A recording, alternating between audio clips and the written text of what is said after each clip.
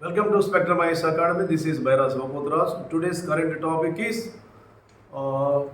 colonial pressure in England.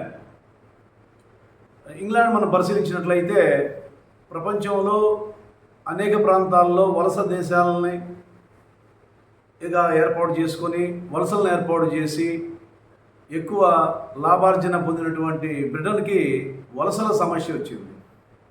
నిన్న ఇంగ్లాండ్లో అంటే లండన్లో పర్టికులర్గా ఒక లక్ష మంది నిరసనకారులు అక్కడ ఉన్నటువంటి తీవ్ర జాతీయవాద పార్టీ నాయకుడు అయినటువంటి రాబిన్సన్ నేతృత్వంలో ఆందోళన చేపట్టారు. ఆ ఆందోళనలో పోలీసు వాళ్ళు లాఠీ చార్జీ చేయగా దాదాపుగా చాలామందికి గాయాలు కూడా జరిగినాయి. ఎందుకు ఈ పరిస్థితి ఏర్పడింది, దీని వెనక ఉన్నటువంటి చరిత్ర ఏంది మనం పరిశీలించినట్లయితే మనకు తెలుసు, ఇంగ్లాండ్ రవి అస్తమించినటువంటి బ్రిటిష్ సామ్రాజ్యం ఆసియాలో, ఆఫ్రికాలో, ఆస్ట్రేలియాలో ఇంకా ప్రపంచంలో అనేక ప్రాంతాల్లో వలస పాలనను కొనసాగించి వాళ్ళ యొక్క ఆర్థికాభివృద్ధిని స్థిరత్వం చేసుకుని గొప్ప రాజ్యంగా వెలసిల్లింది.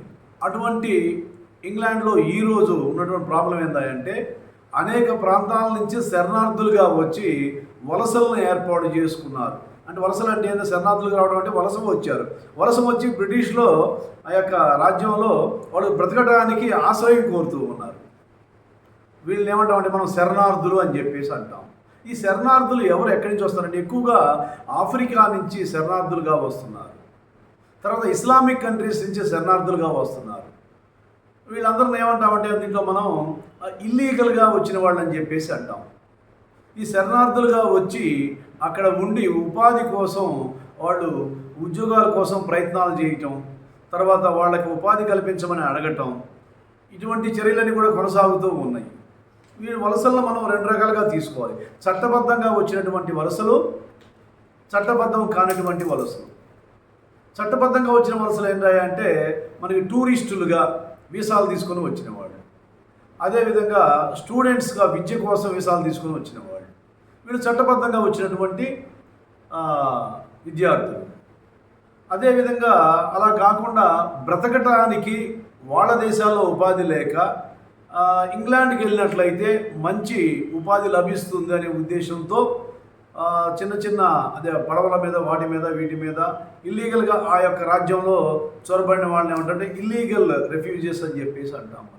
ఇలా వచ్చిన వాళ్ళని కలుపుకుంటే ఏంటంటే బాగా ఎక్కువ సమస్య మనకు కనిపిస్తూ ఉంది. ఇప్పుడు స్థానికంగా ఉన్నటువంటి బ్రిటిష్ జాతికి చెందిన వాళ్ళు వలసలుగా వచ్చినటువంటి వాళ్ళు ఎక్కువ మంది అవుతున్నారు. మేము కట్టేటువంటి పన్నులు వాళ్ళ సంక్షేమానికి ప్రభుత్వం ఖర్చు పెట్టడం సరైన విధానం కాదని చెప్పేసి ఆ యొక్క శరణార్థుల పట్ల చర్యలు తీసుకోవాలని చెప్పేసి నిన్న ఆందోళన చేపట్టడం జరిగింది. ఈ వలసలు వచ్చిన వాళ్ళని చూసినట్లయితే మనకు దాదాపుగా కూడా 10 నుంచి 15 లక్షల మంది దాకా ఉన్నట్లుగా మనకి అంచనా వేశారు. 2024 వరకు ఉన్నటువంటి శరణార్థులు మరియు 2025లో వచ్చినటువంటి శరణార్థులు మనం తీసుకున్నట్లయితే దాదాపుగా కూడా ఒక 10 నుంచి 15 లక్షల వరకు అక్కడ ఉన్నట్లుగా మనకి తెలుస్తుంది డేటా ప్రకారం. మరి వీళ్ళ వల్ల స్థానికంగా ఉన్నటువంటి బ్రిటిషర్స్కి చాలా ఇబ్బందులు వస్తూ ఉన్నాయి. మరి అదే ఇబ్బంది పాపం వీళ్ళు వలస పాలన కొనసాగిస్తున్నప్పుడు వీళ్ళు పరిశీలించలేదు. ఇప్పుడు వీళ్ళకి ఇబ్బంది అయ్యింది. దీన్ని సంక్షోభంగా తీసుకొని ఇమీడియట్గా పరిష్కరించాలి అని చెప్పేసి ఆందోళనలో ప్రభుత్వం మీద చేపట్టారు. దీనికి చేపట్టినందుకు గాను ప్రభుత్వం చర్యలు తీసుకుంది. ఆ చర్యల్లో ఘర్షణలు జరిగి కొంతమంది గాయాల పాలు కూడా కావటం జరిగింది. ఈ శరణార్థులు ఎక్కువగా చూసినట్లయితే మనకి ఇస్లామిక్ కంట్రీస్ నుంచి, ఆఫ్రికా నుంచి వస్తున్నారు. ఇస్లామిక్ కంట్రీస్ అంటే మనకి పాకిస్తాన్ నుంచి ఉన్నారు, బంగ్లాదేశ్ నుంచి ఉన్నారు, ఆఫ్ఘనిస్తాన్ నుంచి ఉన్నారు, ఇంకా మధ్య ఆసియా దేశాల నుంచి కూడా ఉన్నట్లుగా వాళ్ళు చెప్తున్నారు. ఇదే కాకుండా మనకి బ్యాక్వర్డ్ కంట్రీస్ ఉన్నటువంటి ఆఫ్రికా నుంచి ఉపాధి లేక ఇక్కడికి వచ్చినట్లుగా ఉన్నారు. అదే కాకుండా ఇంకా టూరిజం పేరుతో వచ్చిన వాళ్ళు, వీసాలు అయిపోయిన వాళ్ళు కొంతమంది ఉన్నారు.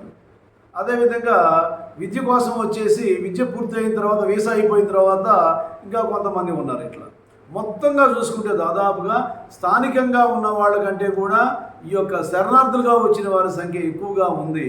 ఇమీడియట్గా వీళ్ళ పట్ల చర్యలు తీసుకొని స్థానికుల్ని రక్షించి యునైట్ ది ఇంగ్లాండ్, మన యొక్క దేశాన్ని ఏకం చెయ్యండి అనే నినాదంతో నిన్న వచ్చినటువంటి ఈ యొక్క నిరసన ఆందోళనలు అనేవి బర్నింగ్ టాపిక్గా కొనసాగుతూ ఉంది.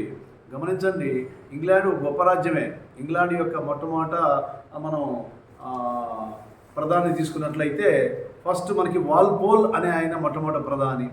తర్వాత రెండో ప్రపంచ యుద్ధ కాలంలో విన్స్టన్ చర్చిల్ ఇంగ్లాండ్కి ప్రధానిగా చేయటం జరిగింది. తర్వాత మొట్టమొదట England female prime minister Margaret Thatcher, ఆమెను ఐరన్ లేడీ అంటారు. ప్రజెంట్ ఇంగ్లాండ్ పిఎం ఎవరై అంటే కేర్ స్టార్మర్ ఉన్నారు. అయితే ఈ కేర్ స్టార్మర్ ఎటువంటి నిర్ణయాలు తీసుకొని ఈ సమస్యని ఎలా పరిష్కరిస్తాడో, ఫర్దర్గా ఏం జరిగిద్దని చెప్పేసి మనం చూడవలసి ఉంది. దిస్ ఈజ్ వాటికల్ today's current topic in England. Thank you very much.